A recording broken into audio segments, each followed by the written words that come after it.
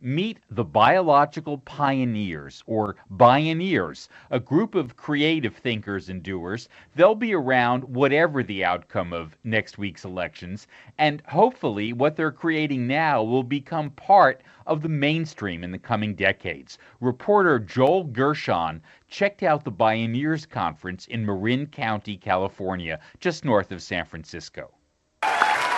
My name is Kenny Osabel, and I founded Bioneers.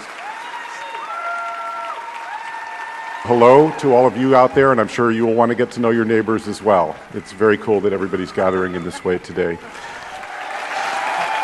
Each year for 3 days, environmentalists, economists, activists, scientists, writers, and artists focus on social and environmental solutions. The agenda? To save the planet. People come to hear speakers, watch films, and connect with others to effect change. Wanjira Maathai, the daughter of Wangara Maathai, who recently won the Nobel Peace Prize, talked about working with her mother to build the Green Belt movement in Kenya.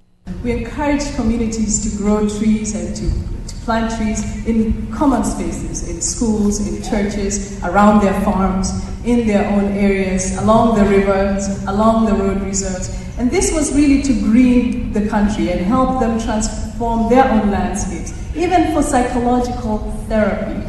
The environment is a very good indicator of good governance. If you go to a country and the environment is rotten, chances are the governance system is also rotten.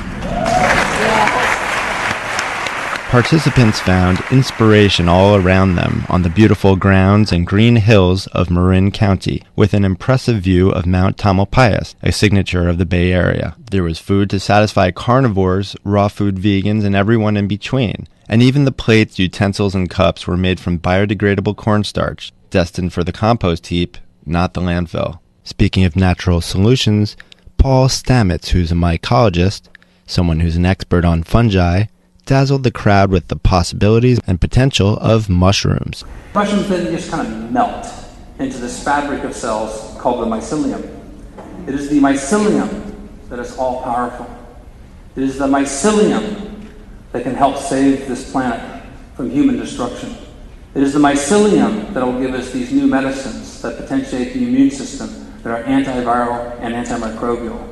This is an untapped resource literally underfoot. All of you are walking upon this. Medea Benjamin was one of the women who you saw this year at the Republican National Convention who was arrested for shouting down Dick Cheney. She says her group Code Pink sprouted up at Bioneers. Code Pink was born at Bioneers. I think Code Pink would probably have never happened if it hadn't been for Bioneers. It was when the Bush administration was announcing the code-colored alerts, the code yellow, the code orange, the code red, bury your head in the sand. And we started laughing about Code Pink. And then some of us went home and took it seriously and started to contact each other and say, I know, we thought that was really funny, but maybe there's something to it. I also ran into Julia Butterfly Hill, best known for her lengthy tree sit in Luna, a giant redwood tree. As the founder of the Circle of Life Foundation, she was definitely in her element. For me, Bioneers is like the once-a-year family reunion that I actually want to go to and get excited about going to. And she got the young people at Bioneers excited as well. It's incredible for me to think about 5 years ago now. It started out as a conversation on the lawn that, wait a minute, there's no youth here. And that year there were 13 youth at Bioneers. And now, after starting the youth initiative, there's over 400 youth here this year, literally transforming the culture at Bioneers. One of this year's youngest presenters at Bioneers was 15-year-old Shally Stovall, who screened his documentary Party Animals, or How to Get to the White House in 5 Easy Steps. The budding Michael Moore managed to land interviews with George W. Bush, Bob and Elizabeth Dole, and Jesse Jackson. My mom never doubts me, but I always thought there was some sort of inkling like, oh boy, here he goes. He's going to try and interview someone. But, you got to try. Keep calling them each week. If you don't take no for an answer, be polite, but don't take no for an answer. Eventually, they're going to give in. Shally isn't the only one looking to the future.